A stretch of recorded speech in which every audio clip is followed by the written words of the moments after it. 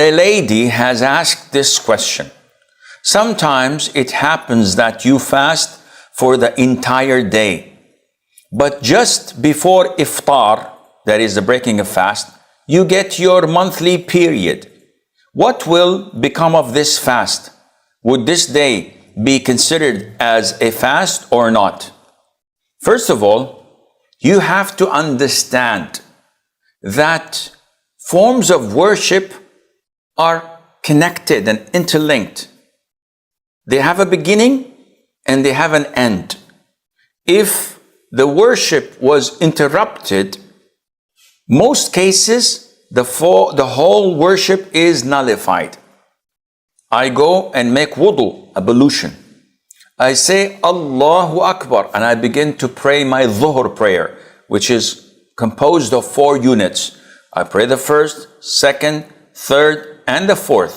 And while in the tashahhud, offering salutation to the Prophet ﷺ, 5 seconds before giving the conclusion, salam, salamu alaykum wa rahmatullah, salamu alaykum wa rahmatullah, I pass wind. 5 seconds. 1 second before I say assalamu alaykum wa rahmatullah. Not 1 second. While I am saying assalamu alaykum and I pass wind. Is my prayer valid? No Muslim would say yes. Every Muslim would say, of course not. You nullified your wudu. And there is no prayer without wudu. Agree? Agree. Likewise with fasting. If you are supposed to fast, your fasting should be from the break of dawn until the sun sets. So if I manage to do this in exactly 10 seconds before the sun sets, I decided to drink some water or eat some halwa, some cake, something. 10 seconds. Is my fast valid? Of course not. Likewise, if a woman gets her menses, her fast is invalid. Sheikh, she just finished 16 hours minus 10 seconds. Well, this answers your question. The whole ibadah, worship, is connected. Any breach, any breakage in the beginning or at the end would render it void, and this would not do. Do you want us to reverse it? Please, Sheikh. I'll give you another explanation. A woman who is in her menses, 10 seconds. Sheikh, what's with the 10 seconds thing? 5 seconds. Come on, you know what I mean. Seconds before the break of dawn, she checks and she sees her purity.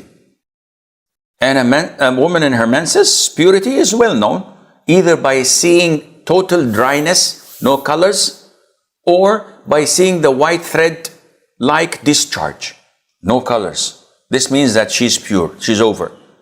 10, 5, 1 second before adhan. She saw this and the adhan was given. And she had the intention to fast if she were pure. Is her fast valid or not? You tell me. The answer is yes, it is valid. How, Sheikh? She did not perform ghusl. Ghusl has nothing to do with fasting. Ghusl has to do with praying. Ghusl has to do with intimacy with the spouse. But it has no impact on her fasting. Therefore, if a person had intimacy with his wife, he's in the state of major ritual impurity known as janaba. And he goes to bed and he wakes up half an hour after the adhan of Fajr in the state of sexual impurity. Is his fast valid? The answer is definitely yes.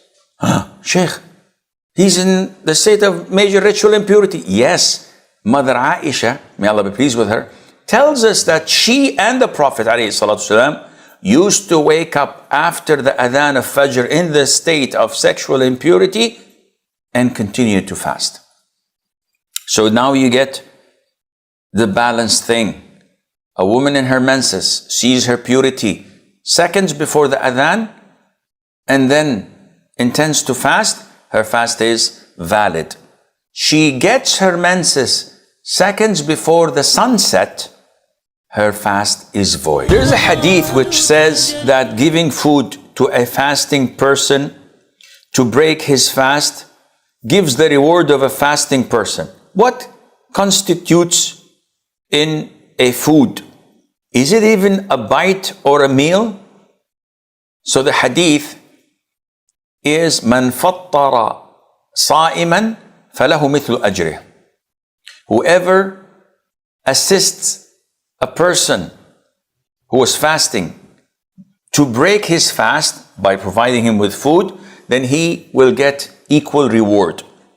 Since we were very young, our mother always used to cook food half an hour before the break of fast in Ramadan and dispatches her children to different neighbors, give them the food, so that they would get the reward.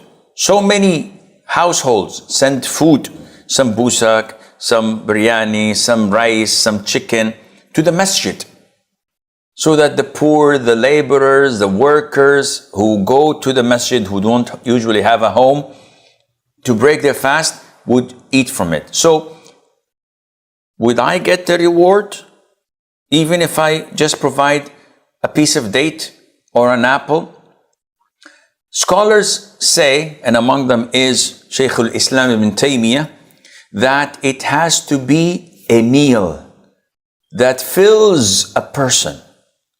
So giving a date does not fall under this category. Giving an apple doesn't. Giving a plate with rice and chicken, rice and meat, something that would be considered as a full-fledged meal, this is what would be considered as a meal, and you will get the same reward as this person who was fasting, regardless whether he's poor or rich. So I can invite my brothers, my siblings, to come and eat at my house for fatur. And I would cook a lot of food for them. And they are rich. They're well off. But I will get the same reward as each and every one of them had fasted, because I gave them a full meal. And this is why it's a beautiful tradition in Ramadan when we exchange visits. When people go to break their fast at their relative's house, at their friend's house. And a lot of the Muslims have this